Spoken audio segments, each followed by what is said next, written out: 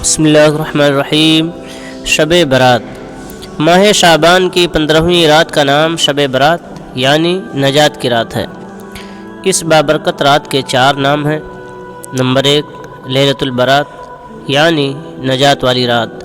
Number 2 لیلۃ الرحمہ یعنی رحمت والی رات۔ نمبر 3 لیلۃ المبارکہ یعنی برکت والی رات۔ نمبر 4 لیلۃ الصدق یعنی نجات کا چیک ملنے والی رات۔ قرآن مجید میں خداوند قدوس نے اس مبارک رات کا ذکر اس طرح فرمایا کہ اس رات میں ہمارے حکم سے ہر حکمت والا کام تقسیم کر دیا جاتا ہے۔ حوالہ سورہ دخان۔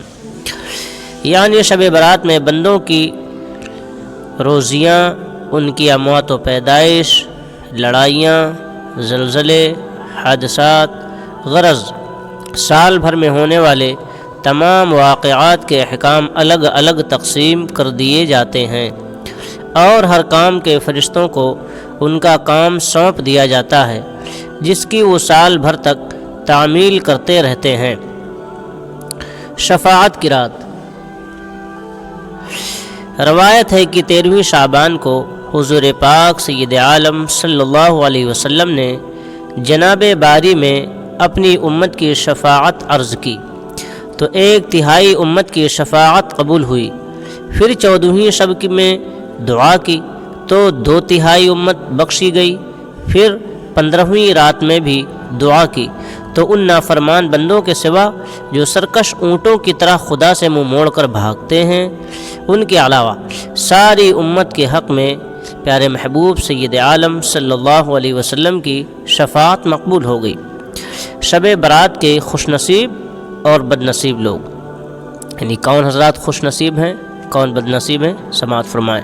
حضور پاک سید عالم صلی اللہ علیہ وسلم نے فرمایا کہ اس رات میں اللہ تعالیٰ تمام مسلمانوں کو بخش دیتا ہے مگر نجومی، جادوگر، شرابی، زناکار، ماں باپ کا نافرمان، سود خور، حقوق العباد میں گرفتار، مسلمانوں میں پھوٹ ڈالنے والا، کسی مسلمان سے کینہ رکھنے والا، بلا کسی وجہ شرعی کے اپنی رشتہ داری کو کاٹنے والا اس رات میں نہیں بخشا جاتا، معاذ اللہ رب العالمین۔ لیکن ہاں اگر یہ لوگ اس رات کے آنے سے پہلے اپنے ان تمام برے فعلوں سے، کاموں سے توبہ کر لیں تو ان لوگوں کی بھی اس رات میں مغفرت ہو جائے گی۔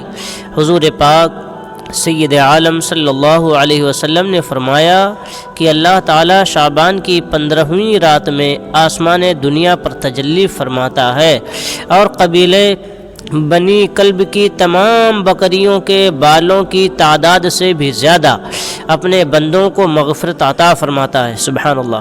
حوالہ ترمذی شریف۔ انعام کے لیے خدا کی ندائیں۔ نبی اکرم سید عالم شاہ آدم و بنی آدم صلی اللہ علیہ وسلم نے فرمایا کہ اس رات میں اللہ تعالیٰ سورج ڈوبنے کے وقت سے آسمان دنیا پر نزول جلال فرما کر ارشاد فرماتا ہے کہ کیا ہے کوئی بخشش مانگنے والا کہ میں اسے بخش دوں؟ کیا ہے کوئی روزی مانگنے والا کہ میں اس کو روزی عطا کر دوں؟ کیا ہے کوئی بلا میں مبتلا کہ میں اسے عافیت دوں؟ کیا ہے کوئی ایسا؟ اسی قسم کی ندائیں ہوتی رہتی ہیں یہاں تک کہ فجر طلوع ہو جاتی ہے۔ روایت عجیبہ۔ منقول ہے کہ ایک مرتبہ حضرت سیدنا عیسیٰ علیہ السلام ایک پہاڑ پر جلوہ فروز ہوئے اور وہاں ایک خوبصورت گنبد نما بلند پتھر دیکھا۔ آپ تعجب سے اس کے گرد گھومنے لگے۔ اللہ تعالیٰ نے وحی بھیجی کہ کیا تمہاری خواہش ہے کہ اس پتھر کا راز تم پر ظاہر کر دوں؟ حضرت عیسیٰ علیہ السلام نے عرض کی الہی میری تمنا تو یہی ہے۔ اتنے میں وہ پتھر شق ہو گیا یعنی کہ پھٹ گیا تو آپ نے دیکھا کہ ایک آدمی عبادت میں مشغول ہے اور اس کے قریب ہی ایک انگور کی بیل ہے اور ایک نہر جاری ہے۔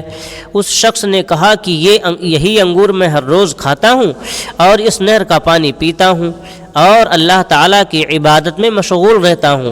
حضرت سیدنا عیسیٰ علیہ السلام نے پوچھا کہ تم اس پتھر کے اندر کتنے دنوں سے اللہ تبارک و تعالیٰ کی عبادت میں مشغول ہو؟ اس نے کہا کہ تقریباً 400 برس سے۔ یہ سن کر حضرت عیسیٰ علیہ السلام نے کہا اے میرے مولا، شاید اس شخص جیسی عبادت تو تیرے کسی بندے نے نہیں کی ہو۔ اللہ تبارک و تعالیٰ نے فرمایا کہ اے عیسیٰ علیہ السلام، میرے حبیب سید عالم صلی اللہ علیہ وسلم کا جو امتی شعبان کی 15ویں رات میں 2 رکعت نماز پڑھے گا وہ اس کی 400 برس کی عبادت سے بہتر اور افضل ہوگا۔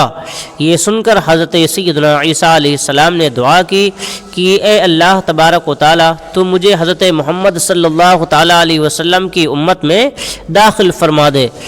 سبحان اللہ۔ اللہ تعالیٰ اس بابرکت رات کے فیضان سے، اس کے فوز و برکات سے ہم سب کو اللہ تعالیٰ مالا مال فرمائے، آمین بجاہ النبی الامین صلی اللہ تعالیٰ علیہ وسلم۔ بات اچھی لگے تو لائک، کمنٹ اور شیئر ضرور کریں، نئے ہیں تو چینل کو ضرور سبسکرائب کریں۔ ویڈیو سماعت فرمانے کے لیے شکریہ۔